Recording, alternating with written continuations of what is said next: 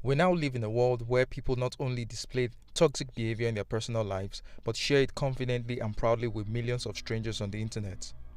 This compulsive need to seek validation from strangers has become like a virus that's eating deep into the fabric of society, and by the looks of it, it's only going to get worse.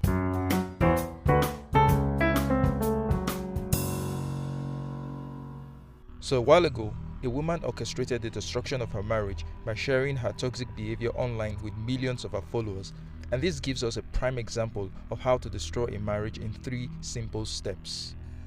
Step 1. Get angry and self-righteous over a perfectly reasonable and cautious request, and share it online with millions of your followers to show how brave and independent you are. I'm a little pissy.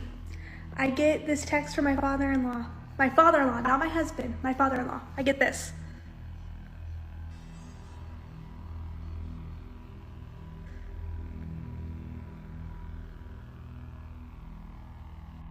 In case you couldn't read the text, it says, "When you get home tonight, I need you to clean off all of the kitchen counters, put the tools in the utility room, put the trash on the front porch, and sweep and vacuum all of the hard surface floors. That would help Jake and I for tomorrow.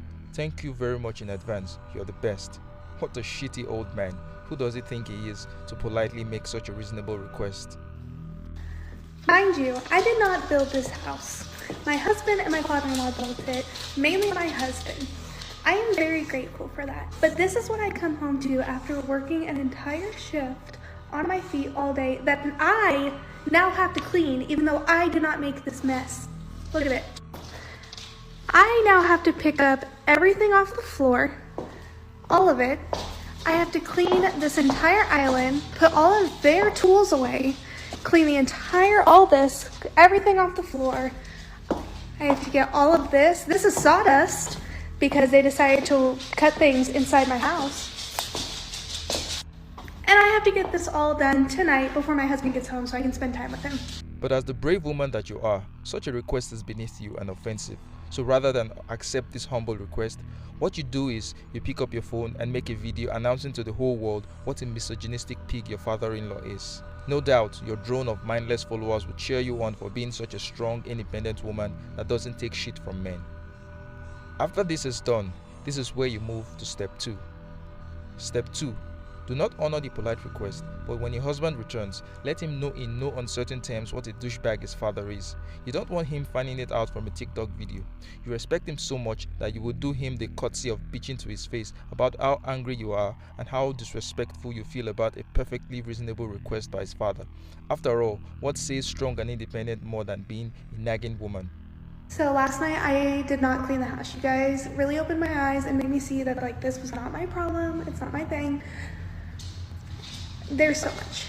I bitched to my husband last night and told him that I was really pissed off. By now, your husband has gotten the message. He won't play such games with you anymore. Now he knows your value and what a strong, independent woman you are. He goes and does the cleaning himself, which is what he should have done in the first place. It's a win for you. You return to your mindless drone of followers and announce your victory. They cheer you on as the queen you are, a general in the fight against the patriarchy. And so I get home today and this is what I come home to. A fully cleaned house. They have a little bit of stuff right here, but that's fine. That's it. They organized all their tools, and I didn't have to do a single thing. Either they got the message that was super disrespectful, or they think I'm completely incompetent and they won't ever ask me to do anything again. Either way, win for me. Step 3. Actually, in this step, you don't have to do anything. You've done more than enough. Now it's time to sit back, relax, and reap the fruits of your labor.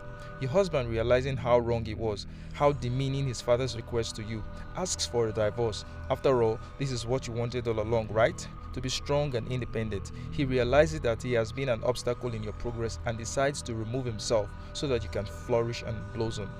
This is the update. It's not a good one. It's not a fun one. It actually really sucks. But I'm going to keep it short and sweet. We had a long conversation a couple days ago, my husband and I, and we've come to the conclusion that the best thing for both of us is for this to end. So we are getting a divorce. We've been separated for the past couple days, obviously. We just have to put the legal actions into motion. But yes, we are getting a divorce. And that is how you lose your marriage in 3 simple steps. Now, if on the other hand, your goal isn't to lose your marriage, you could do this instead. 1. You could see the request as a reasonable request on people who care about you, that they took time to build you a house. You can show your gratitude by excitedly cleaning up as they asked. 2. You could hug your husband and appreciate him for his work, love and care, and tell him how grateful you are for the work he has done when he returns home. 3. You should know that family affairs are private affairs that do not need to be broadcasted over the internet. Or if you feel so inclined to share, you could tell your audience what an amazing husband and father-in-law you have, and how you contributed as well by cleaning up after them.